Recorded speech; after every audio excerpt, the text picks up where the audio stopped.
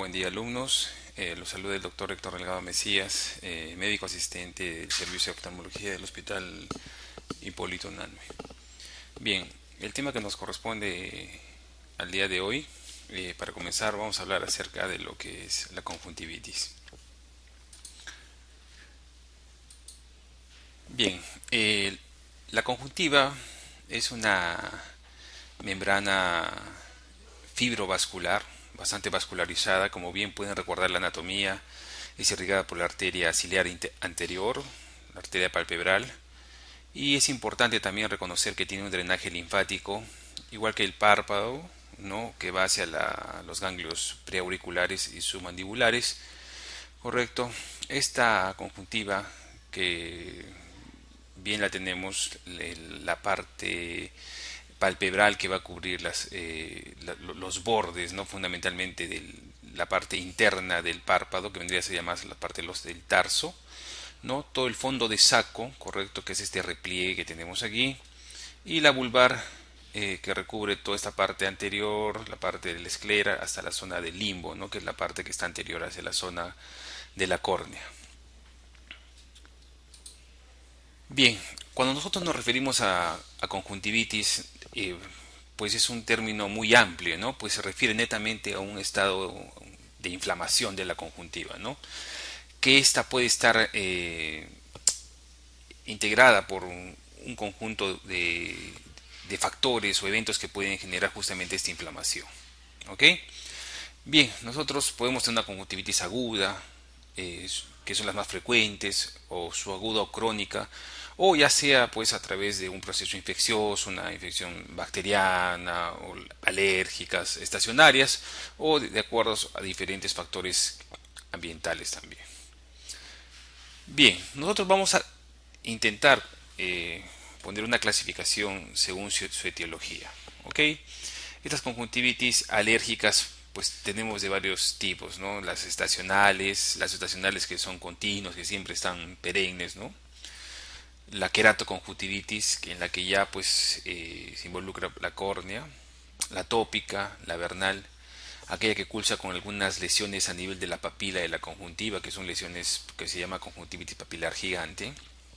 Dentro de las bacterianas, pues como vamos a desarrollar más adelante, la más frecuente es la conjuntivitis bacteriana asociada pues al factor, al germen más frecuente, que es Staphylococcus aureus, ¿no? Y bueno, en general otro tipo de agentes que son de acuerdo al grupo etario, como vamos a ver más adelante. Las víricas, pues que son un factor importante dentro del desarrollo de las conjuntivitis, pues a veces, como en general, como las bacterianas, como las víricas, muchas veces se autolimitan solas, ¿ok? Y otras conjuntivitis, las químicas, las físicas, ¿no? O otras asociadas a factores, traumas en general. Vamos a ir desarrollando algunas de estas que son las más importantes, de acuerdo a lo que está desarrollado en el sílabus. ¿Correcto? Bien, en general, en la conjuntivitis, como bien habíamos dicho, es un factor, es una zona muy amplia, ¿no? Normalmente la conjuntiva es una membrana que potencialmente puede combatir las infecciones. ¿Por qué? Porque es altamente vascularizada, pues tenemos diferentes tipos celulares que van a iniciar una respuesta inflamatoria, algunas células inmunocompetentes que van a suplir algunas inmunoglobulinas, las microbillosidades, la actividad enzimática en general, el factor enzimático de esta conjuntiva, ¿no? Pues nosotros, recordemos bien, tenemos una flora bacteriana normal, compuesta por ejemplo por lactobacilos, difteroides, eubacterium, que de una u otra manera van a proteger, ¿no? Justamente esta conjuntiva. Bien, entonces, ¿qué factores de riesgo pues podemos tener nosotros a nivel justamente en general tanto de los párpados o del ojo que pueden generar el mayor riesgo a contraer una conjuntivitis? Pues las malposiciones palpebrales, ¿no? Por ejemplo, tenemos un paciente como tenemos aquí en la imagen, una parálisis facial que es muy frecuente, en el cual nos queda pues como producto de esta una lesión que se denomina lagoftalmos, ¿no? Que el párpado no puede cerrarse, por lo tanto vamos a tener un ojo expuesto, ¿no? Al medio ambiente, al aire, pues no va a haber la lágrima no va a terminar humedeciendo pues la córnea, las estructuras del ojo, y por lo tanto va a haber una sequedad ocular, un ojo que va a ser expuesto justamente a alergenos, pues a gérmenes, y puede generar justamente una infección, correcto, así como otro tipo de alteraciones que justamente traen esto. No solamente en general en lo que son las parálisis faciales, sino en general un paciente que haya tenido alguna alteración por un trauma general, por ejemplo, que compromete el nervio facial y que termine justamente en un lago-oftalmos. Anomalías del borde palpebral, ¿no? Por ejemplo, a veces pacientes que pueden tener una lesión como chalación, eh, como una infección con una blefaritis, ¿no? En general, cualquier tipo de anomalía, ¿no? El cierre palpebral incompleto, como lo dijimos, correcto. Eh, También tenemos en pacientes que justamente cursan con ojo seco, ¿no?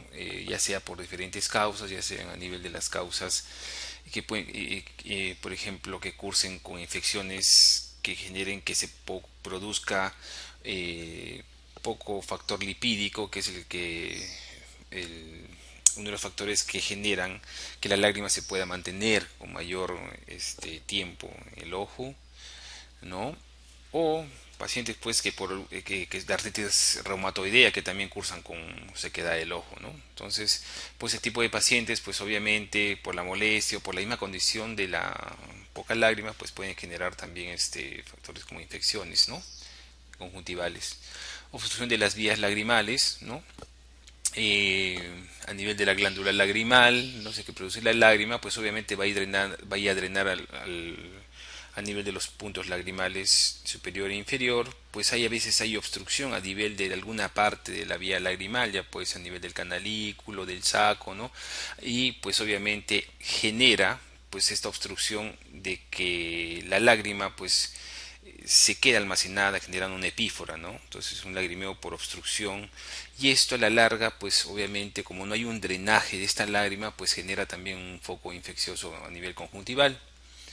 Trauma ocular, pues cualquier trauma que genere una laceración del párpado, ¿no es cierto? Entonces también puede generar una infección o ser un factor de riesgo. El uso de lente de contactos en los pacientes también son, pues obviamente recordemos que un lente de contacto se comporta como un cuerpo extraño y por lo tanto predispone de acuerdo a la manipulación que podamos tener, la higiene que podamos tener, pues predispone a la lesión conjuntival también, ¿no? Y factores de inmunosupresión, pues pacientes que estén recibiendo targa, pacientes que tengan pues algún factor de riesgo que genere una inmunosupresión a nivel de medicamentos, ¿no? A nivel de alguna enfermedad. Bien. Entonces vamos a desarrollar nuestro primer tema a nivel de las conjuntivitis, ¿no? La conjuntivitis bacteriana aguda, ¿no? Como bien se dice, es de un inicio agudo, ¿no? A veces eh, puede ser cuestión de horas, que a veces por ahí nos ingresó alguna partícula o nos tocamos con la mano sucia, ¿no? Un contacto mano hacia el ojo, pues que genera un proceso infeccioso que empiece en un ojo y que en cuestión de 1 o 2 días puede alcanzar el otro ojo, ¿no? Entonces en la que vamos a encontrar una hiperemia, ¿no? Casi de la conjuntiva. El paciente nos refiere de que al inicio no siempre va a haber una secreción en el ojo, empieza con una sensación como si tuviera arenilla en el ojo, luego puede asociarse el enrojecimiento de la conjuntiva que se llama hiperemia, y en cuestión de horas o al día siguiente puede haber ya una secreción, ¿no? Característico que el paciente cuando despierta no puede abrir bien el ojo porque ya se encuentra las pestañas llenas de la secreción, ¿no? Entonces, ¿qué agentes tenemos dentro de los que son los más frecuentes, ¿no? Por ejemplo, tenemos el estafilococo aureus, ¿no? Un gran positivo, que es uno de los agentes más frecuentes a nivel de los adultos, ¿no? Por ejemplo, tenemos el Haemophilus influenza, ¿no? Un gran negativo que fundamentalmente se asocia en niños, ¿no? Más frecuente en niños, ¿correcto? Y el Streptococcus pneumoniae también es casi en el niño un poquito mayor, ¿no? Y otro tipo de agentes que ya se asocian en algunos casos a factores de acuerdo al tipo de contacto que se haya tenido. Bien. Entonces, como dijimos bien, las conjuntivitis bacterianas, pues ha habido casi siempre pues una manipulación incorrecta a nivel de lo que es la higiene de las manos, contactos, ¿no? Con algunos pomites, persona alguna familiar que en casa pues haya tenido una infección y que pues no tengamos los cuidados adecuados, ¿no? A través de factores extrínsecos pues generan justamente una infección. ¿Ok? Después de un periodo de incubación que puede ser horas, algún día, ¿no? Pues empieza, como dijimos, ¿no? Justamente esta hiperemia conjuntival característica, ¿no? Una sensación de cuerpo extraño, la secreción amarillenta en algunos casos, cuando ya se hace más, pasan los días y no se ha recibido un tratamiento, a pesar que se autolimita, pues, pero sigue habiendo parte del curso de la enfermedad con la presencia de unas legañas amarillentas, ¿no? Y que pues que fundamentalmente se acumulan en el transcurso de las horas, fundamentalmente en las noches, y que como dijimos bien así en la diapositiva anterior, se van apareciendo cuando el paciente despierta y aparece con los ojos pegados, ¿no? Como dijimos bien, la secreción es un factor que nos ayuda a nosotros a poder identificar. ¿Ok? A diferencia de algunas de las conjuntivitis, por ejemplo, virales, este es un buen punto porque esas no cursan con secreción. ¿Ok?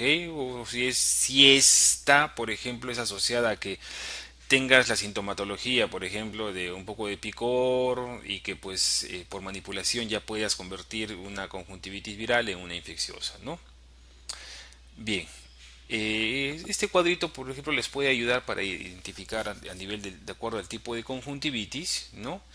Eh, por ejemplo, vamos a ver el tipo de secreción. Por ejemplo, en las bacterianas, la secreción mucosa y mucopurulenta es abundante, ¿no? En cambio, en las virales, las primaverales, por clamidia en general, pues no van a estar, ¿no? A diferencia de una conjuntivitis que es filamentosa, ¿no? Como unos pequeños legañas pero finas que se ven fundamentalmente en las alérgicas y en las primaverales.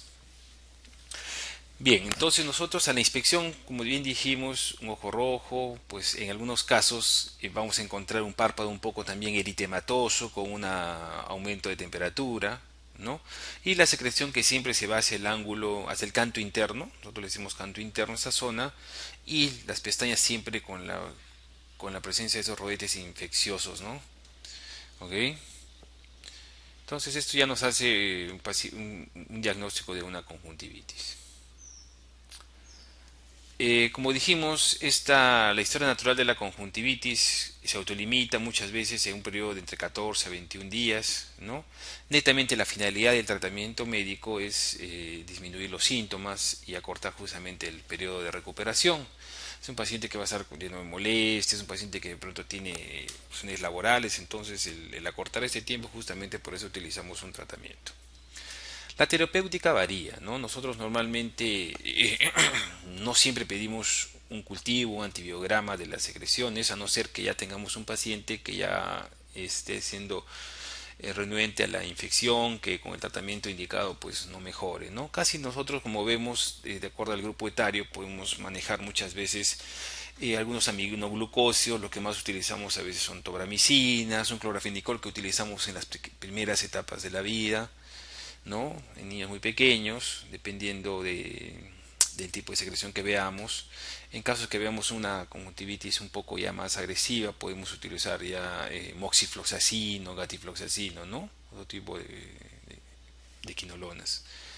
Entonces, utilizar, por ejemplo, el ciprofloxacino, que es una quinolona que lo utilizamos en forma muy frecuente, a veces asociado a un corticoide, que puede ser ciprofloxacino con dexametasona, y una gota cada 4 horas, ¿no? En ambos ojos y teniendo netamente las medidas higiénicas, ¿no? Un paciente que no tenga contacto con las manos, hacer un lavado continuo, eso es importante, ¿no? Recalcar, ¿no? Una sola pasada a veces de, de un paño, ¿no? Y, y no estar en contacto pues directo con los familiares, ¿no? Que podemos generar un proceso de contagio.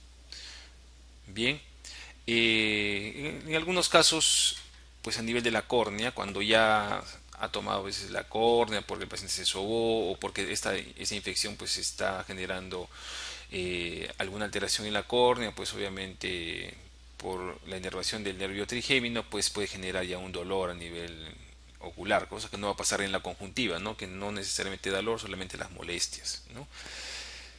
En algunos casos, pues durante el día utilizamos las gotas y durante la noche, como no vamos a estar incomodando al paciente, podemos utilizar un ungüento solamente para las noches, un periodo más o menos de 7 días, podemos hacer una evaluación del paciente y podemos tener una mejoría casi a partir del segundo o tercer día de haber iniciado el tratamiento. La complicación más frecuente de estas conjuntivitis es una blefaroconjuntivitis, ¿no? Entonces, en la que ya hay una infección añadida justamente del párpado, ¿no?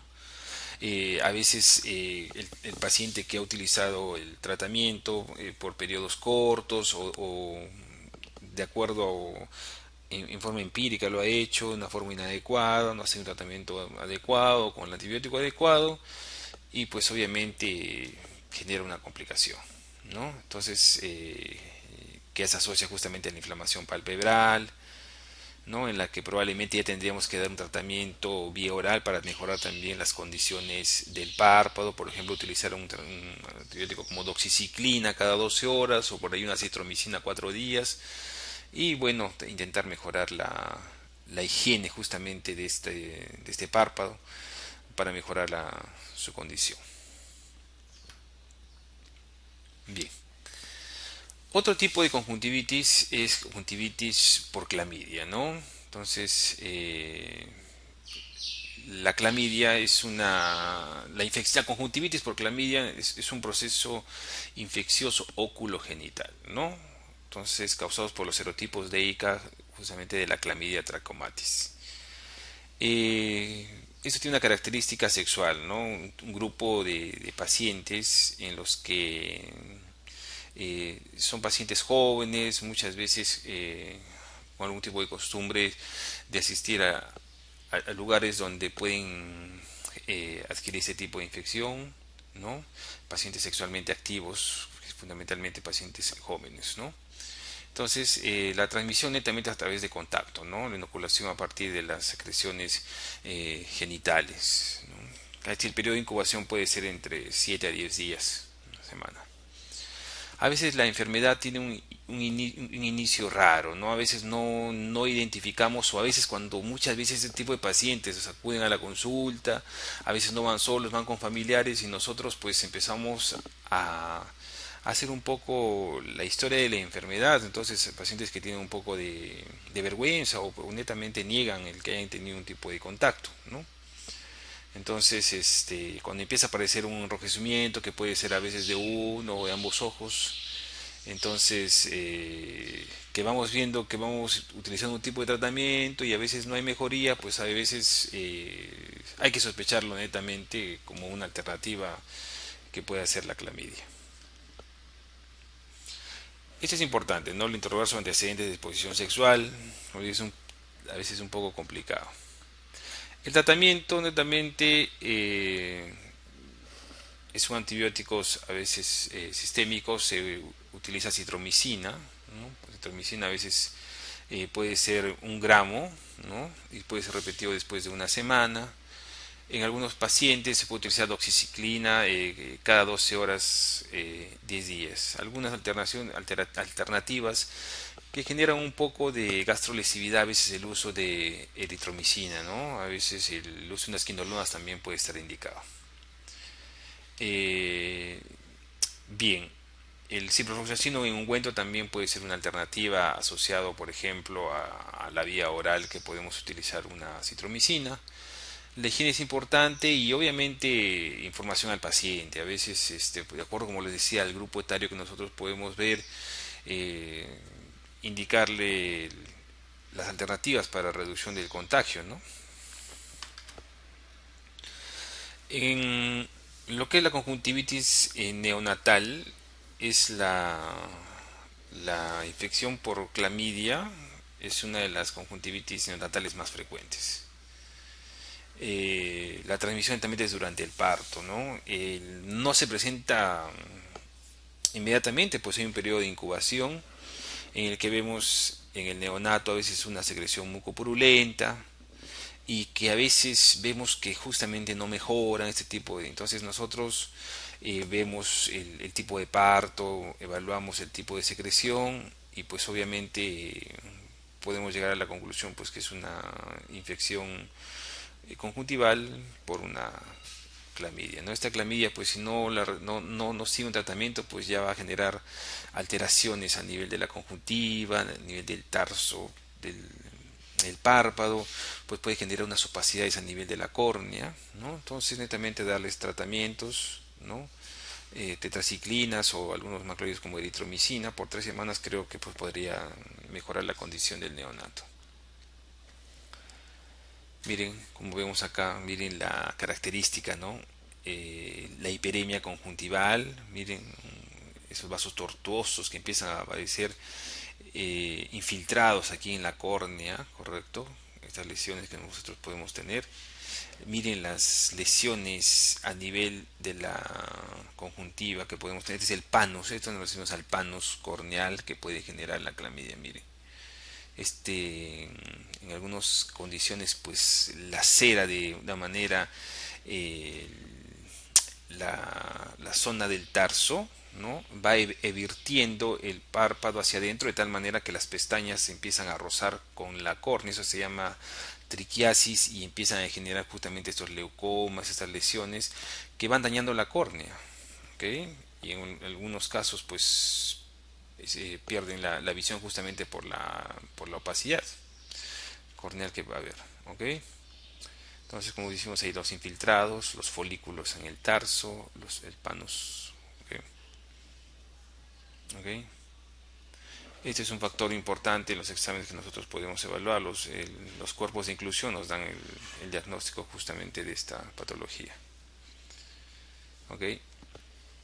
El tracoma ya es la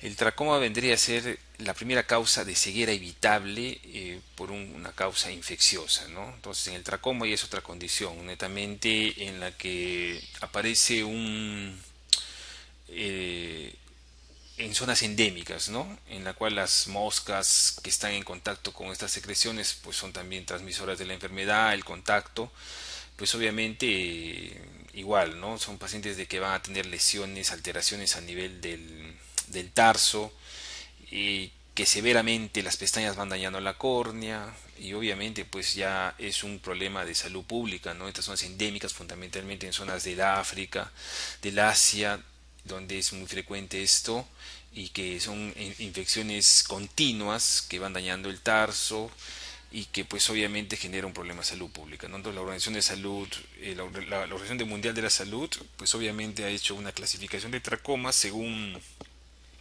diferentes estadios, ¿no? Y en los cuales pues plantean algunas alternativas dentro de lo que va a lo que es lo quirúrgico, ¿no? Para evitar justamente los riesgos de ceguera. Bien, lo que corresponde a las conjuntivitis virales, esto es un tipo de una enfermedad muy frecuente, ¿no? Dependiendo del lugar, ¿no? Por ejemplo, acá los factores estacionales, por ejemplo, en Lima, que tenemos un clima húmedo, en las zonas de polinización, en las épocas de polinización, las épocas posteriores a la época de primavera, pues son muy frecuentes, ¿no? Entonces tenemos conjuntivitis virales muy frecuentes, ¿no? Entonces, las conjuntivitis virales en las que tenemos factores sistémicos y las conjuntivitis o conjuntivales o keratoconjuntivales que son por factores a nivel de lo que son contacto mano a mano, directo, a nivel de secreciones o salivales. Entonces tenemos un tipo de conjuntivitis viral, ¿no? Que se denomina una fiebre adenofaringo conjuntival. Esto es producido por un tipo de adenovirus, ¿no? El 3 y 7. Fundamentalmente son pacientes que han debutado con una fiebre, que tienen un malestar general, que tienen procesos inflamatorios a nivel de la garganta, una faringitis, y que cursan justamente con lesiones oculares, primero en un ojo, luego en el otro, se asocia a una secreción serosa, es un enrojecimiento bien marcado de la conjuntiva. Eh, Justamente cursan con presencia de ganglios a nivel preauricular y submandibular. Entonces este tipo de conjuntivitis pues se va autolimitando sola. Nosotros le podemos dar un tratamiento netamente sintomático, correcto, para el dolor, por ejemplo, dar un tipo de AINE, por ejemplo, un bromafenaco en gotas que pueda calmar un poco la sintomatología. El paciente a veces se queja de ardor ocular por ir darle algún tipo de lágrima sin preservante para que el paciente fuente una lubricación, pero eso se va a ir autolimitando más o menos en un periodo de 7 a 14 días. El uso de antibióticos tópicos a veces están dados porque el paciente a veces por la sensación de punzada que siente, de ardor, a veces se toca y a veces también añade una infección. Ok, acá tenemos una imagen para ver, ¿no? Un edema palpebral, miren los ojos pues totalmente enrojecidos, ¿no? Entonces nosotros evaluamos este tipo de pacientes y nos damos cuenta porque es un proceso viral que se va a ir autolimitando. Otro tipo de conjuntivitis es la queratoconjuntivitis hemorrágica epidémica, ¿no? El agente es el picornavirus. Este es un tipo de conjuntivitis endémica, es un tipo de conjuntivitis con inicio brusco. A diferencia del anterior, pues unas secreciones cerosas, los párpados bien inflamados, correcto. La conjuntiva está bien inflamada, eso se llama una quemosis, ¿ok? Y la característica es la presencia de los folículos, ¿no? Entonces nosotros evertimos el párpado, correcto, perdón, evertimos los párpados y vamos a encontrar como unas bolitas que se llaman los folículos, ¿ok? Y unos pequeños sangrados, unas petequias que vamos a ver a nivel de la conjuntiva. Este tipo de queratoconjuntivitis hemorrágica es muy contagiosa. Como dijimos, se resuelve sola, entonces igual que el tratamiento para las conjuntivitis virales, AINES, lágrimas sin preservantes, el manejo netamente con medios físicos, ¿no? Y que igual se va a autolimitar sola. Bien. Bien, la queratoconjuntivitis epidémica producida por los adenovirus 8 y 19. Esa no tiene manifestaciones sistémicas, ¿ok? En este caso, la manifestación ocular es la más severa. Inyección conjuntival, o sea, el enrojecimiento, secreción, folículos, la presencia de ganglios, ¿correcto? Y lo que es importante en este tipo de pacientes, igual que en la otra, es ir al oftalmólogo para que evaluemos si ha habido daño a nivel de la córnea. Entonces nos hacen una queratitis punteada superficial. Empieza a haber unos infiltrados en las partes periféricas de la córnea, ¿no? En este tipo de pacientes, a veces lo más aconsejable igual, tratamientos con antiinflamatorios no esteroideos.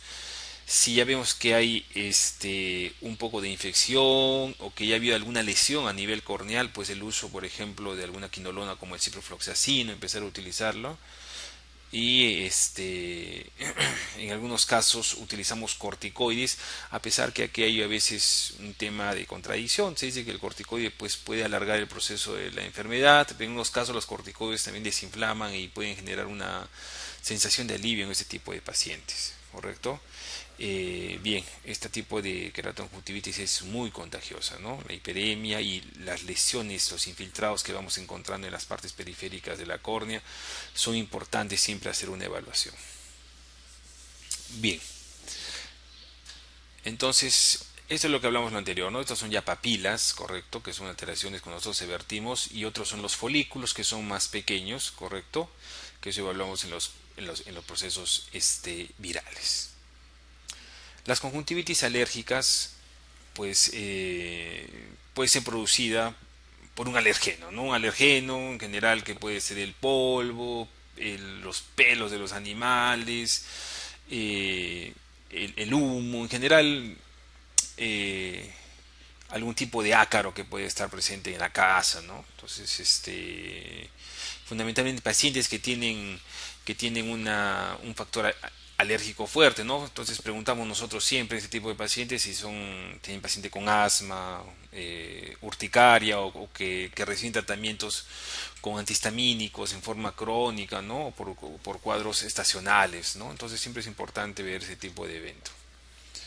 Entonces, normalmente las conjuntivitis alérgicas pues son de inicio agudo, ¿no? A veces aparecen en periodos que el paciente ha tenido contacto con el alergeno o que han tenido algún tipo de visita a un lugar donde pueda encontrarse también este alergeno, ¿no? Entonces, de inicio agudo, fundamentalmente, el paciente nos refiere a un enrojecimiento del ojo, picazón, prurito, ¿no? Es una característica importante y secreción acuosa. Entonces el paciente te habla, tú le preguntas, ¿tiene legaña? No, entonces nos refiere netamente que no había una secreción blanquecina, que no amaneció con los ojos, con los párpados pegados, pues eso nos hace pensar netamente que es un proceso más alérgico que un proceso infeccioso, ¿no?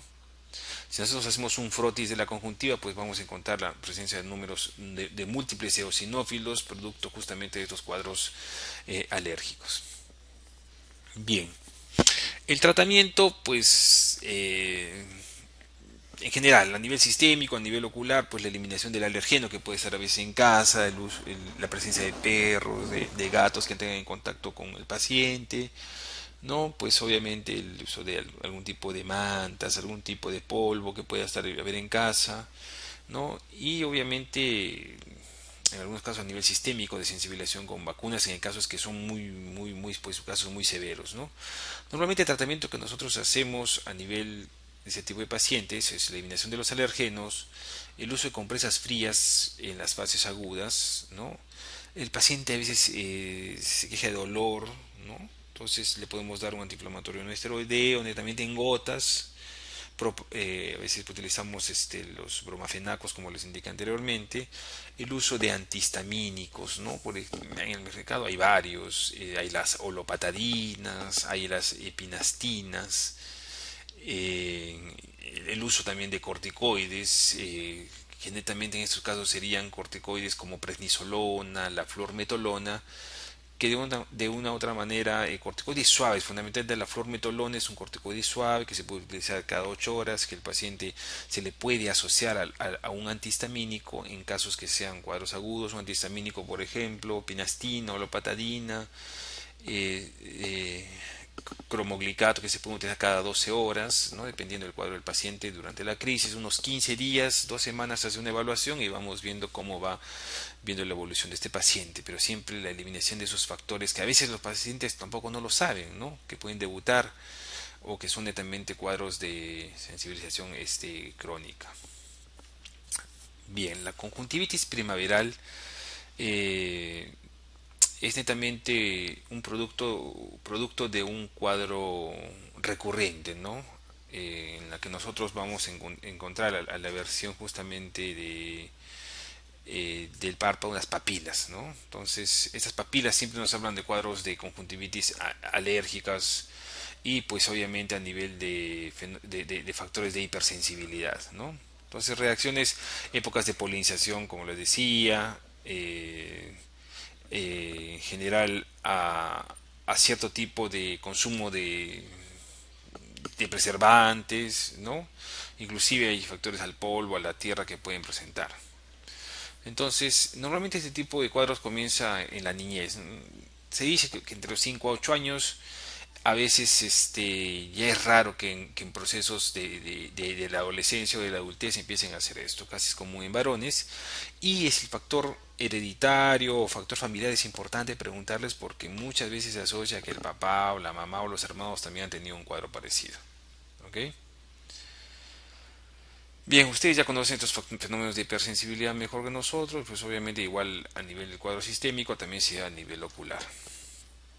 Entonces nosotros, dependiendo de los estadios, ¿no? Miren este cuadro, nosotros vertimos el tarso y miren las papilas gigantes que nosotros podemos encontrar, ¿correcto?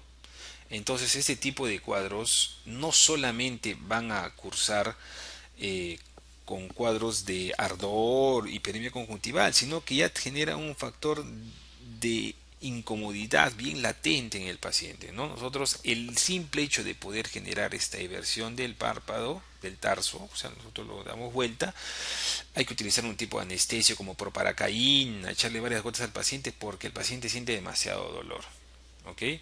Esas papilas que se van formando, pues, como pisos, como adoquinado, ¿no? Se podría decir, ¿ok? Y que necesitamos darles un tratamiento para mejorar necesariamente. Bien, entonces dolor, la presencia de lagrimeo que puede sentir el paciente, ¿no? El paciente no tolera la luz, hay una fotofobia, ¿no? Y la sensación de cuerpo extraño, pues obviamente producto de la elevación de estas papilas. Bien, entonces este tipo de eventos los tienen pacientes que es también sobador de ojo. Pues nosotros la sospecha, pues cuando son pequeñas, un paciente de 15 años que ya, menor de 15 años, que ya tenía algún evento anterior y que obviamente a la evaluación pues vamos a encontrar pues, el aspecto de las lesiones papilares a nivel tarsal. El tratamiento, como les dije, el uso de antihistamínicos, pues hay una controversia en esto entre el uso de antihistamínicos orales. Nosotros a nivel oftalmológico pues preferimos dar netamente gotas, ¿no? Como les mencioné, cromoglicato, podemos utilizar acelastina, podemos utilizar la olopatadina, epinastina, en general asociado a corticoides en estos cuadros agudos. Si el paciente tiene un cuadro sistémico, pues el uso, por ejemplo, de algún antihistamínico como levocetiricina, algo pues en general para este tipo de eventos, en lo que pueda generar una mejor tranquilidad del paciente, pues lo podemos utilizar. ¿Ok? Bien. Vamos a desarrollar ahora lo que corresponde a la conjuntivitis físicas y químicas, que no son muy frecuentes, ¿no? Pero que a veces son cuadros de urgencias y en algunos casos emergencias dependiendo de los factores que han generado, ¿no? Entonces, físicas, a veces pacientes que trabajan con fuego, con metales, con frío, a veces con la radiación, ¿no?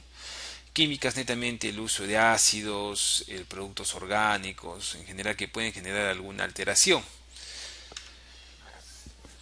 Por ejemplo, lo que es en ácidos, por ejemplo, el ácido sulfúrico, a veces tenemos pacientes que nos acuden al hospital que han estado trabajando con cal, con lejía, ¿no?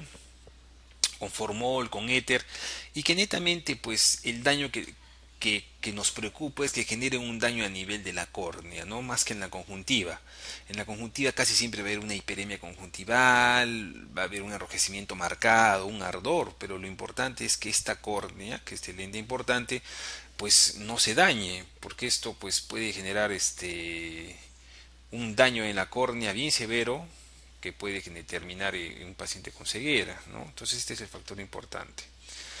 Y del punto de vista de lo que nos piden en sus sílabos a nivel de las conjuntivitis físicas o químicas, pues explicarles algo importante, ¿no? Este tipo de alteraciones a veces, lo más frecuente que nosotros vemos a nivel hospitalario, por ejemplo, son pacientes que están cortando los cactus y que esa sustancia lechosa que les ingresa dentro del ojo, pues genera un dolor intenso en los pacientes. El paciente llega arrastrándose de dolor, cogiéndose de dolor, a pesar que se han lavado una, dos, tres, cuatro, cinco, seis veces, pues siguen persistiendo con el dolor. Nosotros llegan al hospital, le ponemos un anestésico local como la proparacaína y el paciente pues se siente totalmente aliviado. Entonces y luego pues nosotros tenemos que hacer el tratamiento a nivel conjuntival, pues el tratamiento es este lavado ocular, ¿no? 15, 30 minutos a chorro intenso con una solución salina, ¿no? Podemos tener un cloruro, ¿no? Fundamentalmente, o agua corriente en el peor de los casos que no haya pues alguna sustancia estéril, ¿no? Nosotros, lo importante de esto es que nosotros tenemos la ventaja, cuando nosotros vemos, al colocarle anestesia podemos evertir el párpado o revisar aquí en la parte baja el fondo de saco. Entonces eso a nosotros nos da la facilidad de con un hisopo, al ver que estamos lavando, estamos sobando estos fondos de saco donde se acumulan muchas de estas sustancias, y es por eso que el paciente persiste con la molestia, ¿no? Entonces tenemos que lavar 30 minutos bien lavados, correctos. El uso de posterior de esto, de algún tipo de analgésico, porque queda dolor dependiendo del tipo de sustancia. A veces colocamos algún tipo de antibiótico. A veces dependiendo de la gente que haya ingresado, a veces pues no es indicado hacer un parchar al paciente porque podemos generar más infección. Entonces, dependiendo de lo que nosotros tengamos, ¿no? A veces lo ideal es colocarle un tipo analgésico, dependiendo del tipo de evento que tengamos, pues podemos colocar una sustancia ciclopégica para que no tenga dolor el paciente, ¿no? Y las quemaduras químicas que netamente van a generar fundamentalmente más daño a nivel corneal que conjuntival, pues obviamente ya requiere un tratamiento especializado, ¿no? Nosotros tenemos en el Instituto Nacional de Oftalmología el INO en Breña, pues es un instituto que atiende 24 horas, así que es importante explicarles eso a ustedes, porque ustedes de pronto cuando ya terminen su carrera, pues la acuerdo a la práctica que hagan médica general, pues van a tener pacientes que los pueden referir ahí y 24 horas se puede atender. Miren, por ejemplo, cómo es una quemadura corneal por un álcali. Miren la lesión que genera, pus dentro, un hipopión se llama la pus, a la secreción purulenta que está dentro de la cámara anterior del ojo. Miren la quemosis intensa que genera en la conjuntiva, pero bien o mal esto va a pasar.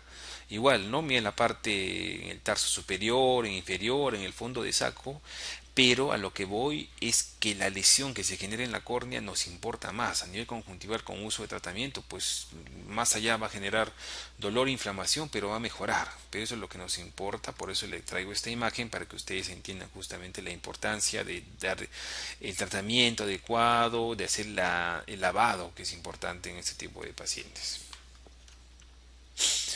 Bien, la conjuntivitis traumática netamente es una lesión conjuntival que es secundaria a un trauma, ¿no? Entonces, por ejemplo, a nivel de un traumatismo, ¿qué es lo que nosotros podemos encontrar a nivel de la conjuntiva, ¿no? Una hemorragia subconjuntival, ¿no? Que nosotros vemos que en el caso de después de un golpe, de un accidente, pues aparece, ¿no? Entonces, la hemorragia subconjuntival pues es un proceso que se va a autolimitar solo, ¿no? Sin necesidad de tratamiento. El paciente viene totalmente con el ojo totalmente rojo y pues nos asustamos, pensamos pues que hay un sangrado masivo, ¿no? Cuando netamente es un aumento de una maniobra de Valsalva, un proceso pues que ha generado un sangrado en la parte interna y que solito se va a autolimitar sin tratamiento, ¿no? Solo, ¿no? Solo va pasando, ¿no? O algún cuerpo extraño, ¿no? El paciente soldador, un paciente que está caminando por la calle, que le ingresa un cuerpo extraño a nivel de la conjuntiva y que va a generar un proceso de ardor, de hiperemia, de inflamación a nivel de la conjuntiva, pues obviamente esto no va a remitir hasta que no retiremos el cuerpo extraño y que bueno, dependiendo de la condición, pues ya iniciamos un tratamiento con un antibiótico para porque es como se comporta pues como un cuadro infeccioso y le damos el tratamiento adecuado, ¿no? Un antibiótico y se le va haciendo la evaluación del caso. Bien, entonces, como decíamos, a nivel de los traumas, la hiperemia netamente que nosotros vamos a encontrar, ¿ok? La quemosis, la quemosis es la inflamación de la conjuntiva que se empieza a llenar como de líquido, como un edema conjuntival, ¿no? Y siempre preguntar el antecedente del trauma, qué tipo de lesión ha sido, ¿no? Todo paciente que al final nosotros tengamos con un trauma, igual vamos a tener que hacer una evaluación también en el fondo de ojo para ver que la retina no haya tenido algún tipo de alteración. Tratamiento en el caso, como les dije, dependiendo de lo que haya pasado, ¿no? Un paciente que tenga si tuviera dolor, pues que es raro a veces darle analgésicos vía oral, ¿no? Producto del trauma, que a veces lo que te duele es más la zona orbitaria que en sí el globo ocular. A nivel del ojo, pues como les dije, si hay una hemorragia, pues dejarlo tranquilo, que solito se va a autolimitar, solito va a pasar, poco a poco se va a ir aclarando.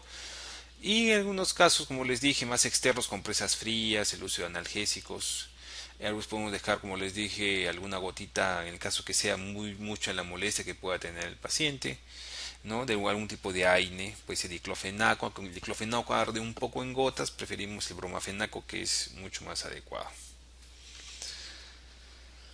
En general, como les dije, las conductas traumáticas, un examen, evaluación siempre, todo tipo de lesión en el ojo, hacemos una agudeza visual, ¿no? Y ver si hay algún tipo de lesión. Una lesión traumática puede ser también una laceración de la conjuntiva, ¿no? Que a veces, dependiendo del grado de lesión, podemos generar hacer una sutura, algo que haya de acuerdo a lo que encontremos, ¿ok? Entonces vamos a encontrar un cuerpo extraño, por alguna zona podemos encontrar que el globo ocular está más plano, podemos encontrar una perforación ocular, entonces pues ya tenemos que derivar a nivel del médico especialista. La conjuntivitis actínica es por radiación. Netamente, por ejemplo, acá tenemos un cuerpo extraño, un paciente soldador. Casi siempre las lesiones actínicas o por rayos ultravioletas, luces brillantes, cursan con el paciente tiene fotofobia, ¿no? Entonces el paciente se expone a la luz y parpadea y lagrimea constantemente. Entonces lo ideal en este tipo de pacientes es eh, reposo ocular, ¿correcto? Entonces ocluimos ambos ojos dependiendo del ojo que haya sido más expuesto. A veces podemos colocar un ungüento como para proteger si ha habido daño corneal.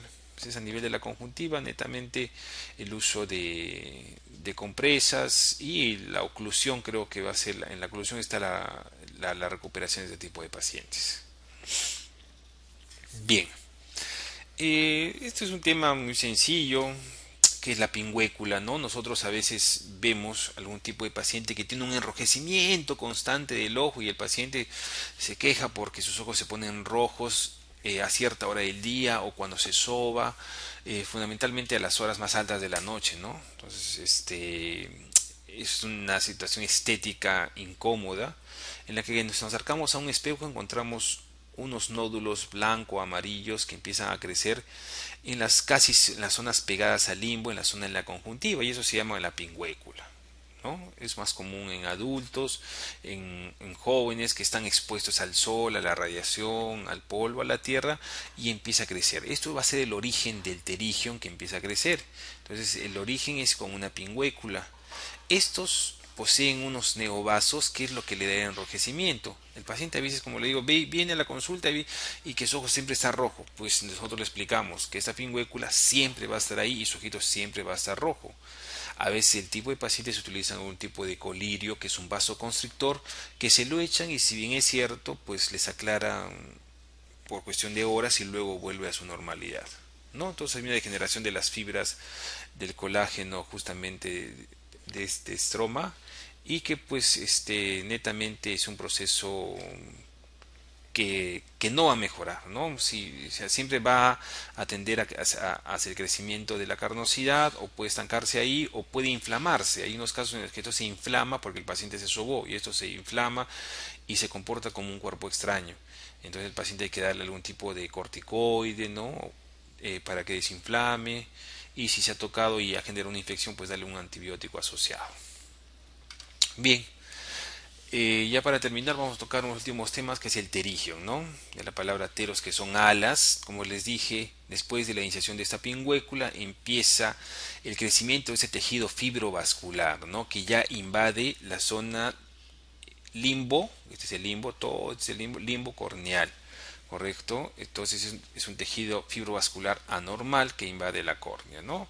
A veces nosotros lo que llamamos cabeza, su cuello y entonces el cuerpo del terigion, ¿no? Que siempre es vascularizado, pues tiene aquí justamente todos sus vasos y que siempre va a generar un enrojecimiento. En general, el terigion, dentro de lo que es el terigion, pues es una situación que no es estética, que genera algunas molestias, pero si el paciente no le molesta estéticamente y no ha avanzado hasta tapar el eje pupilar, pues puede que dejarse ahí, ¿no? Entonces, ahora vamos a ver algunas indicaciones de esto, ¿no? Entonces es un pliegue conjuntival, a veces en forma triangular ¿no? Que tiene una punta que vendría a ser la cabeza y una base que vendría a ser el cuerpo que está correcto hacia la zona de la plica semilunar, que es esto de aquí, esta zona.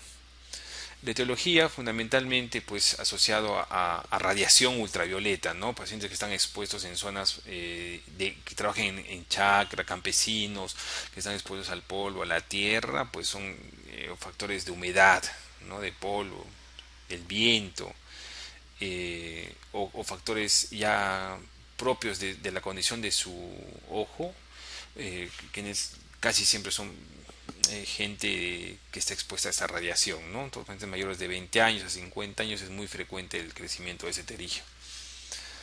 Entonces es un tejido fibrovascular que va creciendo lentamente, que genera irritación de la conjuntiva, empieza a haber un enrojecimiento, invade en algunos casos dependiendo del grado, correcto, los 4 grados que tenemos, el último grado es cuando ya ha tapado toda la zona pupilar.